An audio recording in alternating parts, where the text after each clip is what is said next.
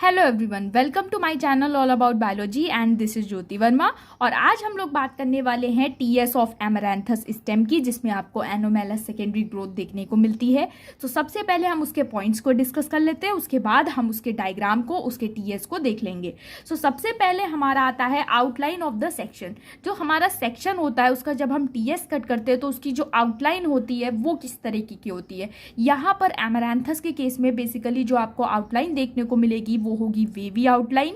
इसके साथ साथ एपिडर्मिस की अगर हम बात करें तो एपिडर्मिस यहाँ पर सिंगल लेयर्ड एपिडर्मिस है जिसमें कि क्यूटिकल प्रेजेंट है।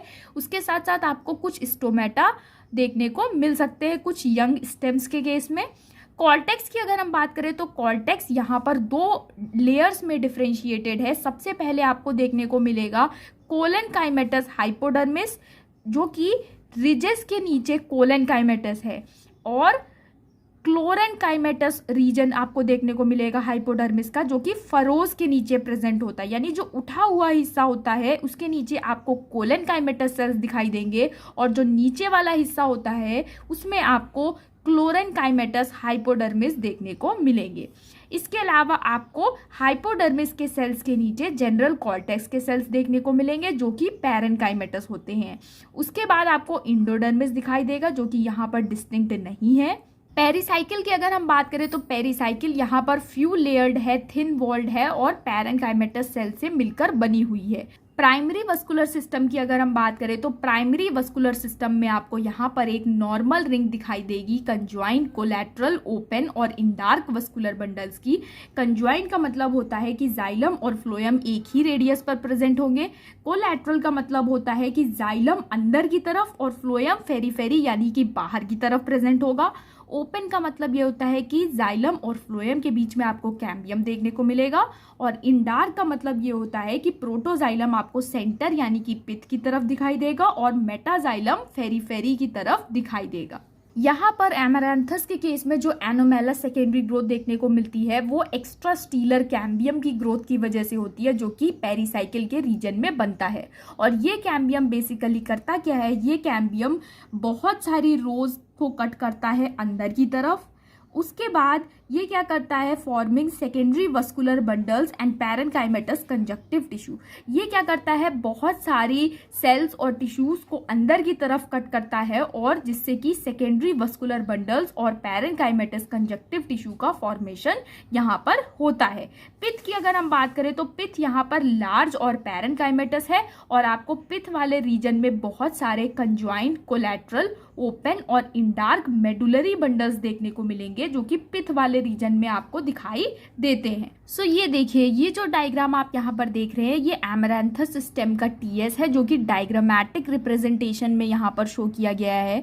सबसे पहले यहाँ पर आपको देखने को मिलेगा एपिडर्मिस, उसके बाद आपको देखने को मिलेगा हाइपोडर्मिस, उसके बाद आता है कॉर्टेक्स, उसके बाद इंडोडर्मिस, उसके बाद पेरिसाइकिल, उसके बाद सेकेंडरी फ्लोएम जो कि कैम्बियम की एक्टिविटी की वजह से बना है। ये जो कैम्बियम है ये बेसिकली क्या करता है, ये सेकेंडरी फ्लोएम को बाहर की तरफ बनाता है और सेकेंडरी जाइलम और कंजक्टिव टिश्यू को अंदर की तरफ बनाता है। यहाँ पर बेसिकली आपको देखने को मिल रहा है कैम्बियम। उसके बाद आपको सेंटर में यहाँ पर रेड से सेकेंडरी जाइलम, उसके साथ साथ आपको कंजक्टिव टिश्यू देखने को मिल रहे हैं।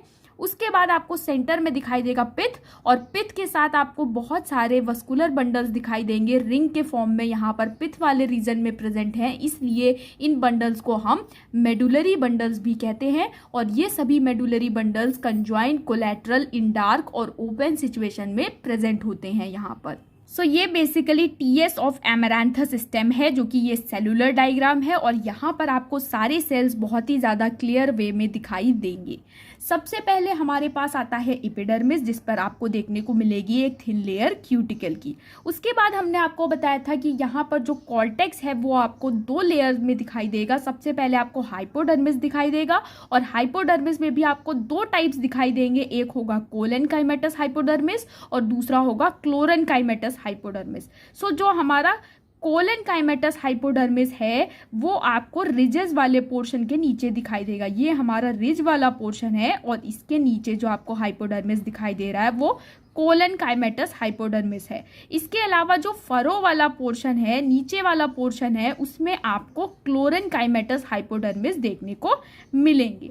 उसके बाद आपको देखने को मिलेगा कॉर्टेक्स, देन इंडोडर्मिस, उसके बाद पेरिसाइकिल, उसके बाद आपको देखने को मिलेगा कैम्बियम जिसकी एबनॉर्मल एक्टिविटी की वजह से सेकेंडरी फ्लोएम बाहर की तरफ और सेकेंडरी जाइलम उसके साथ साथ कंजक्टिव टिश्यू अंदर की तरफ बनता है। उसके बाद आपको सेंटर में दिखाई देगा पित्त जिसमें आपको 2 रिंग्स दिखाई देंगी वस्कुलर बंडल्स की।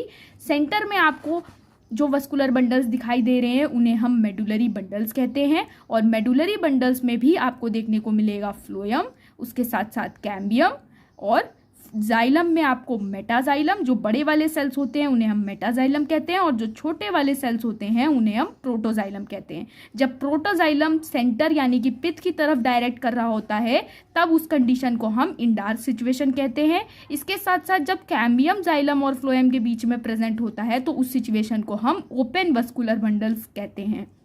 सो इस तरीके से आपको यहाँ पर मेडुलरी बंडल्स पित्त वाले रीजन में देखने को मिलेंगे और ये सब होता है कैम्बियम की इरेगुलर एक्टिविटी की वजह से और इसीलिए यहाँ पर एमरैंथस के केस में आपको एनोमेलस सेकेंडरी ग्रोथ देखने को मिलती है। सो आज के लिए इतना ही। अगर आपको वीडियो पसंद आया तो चैनल को सब्सक्राइब करिए, लाइक करिए, शेयर करिए। Thank you so much.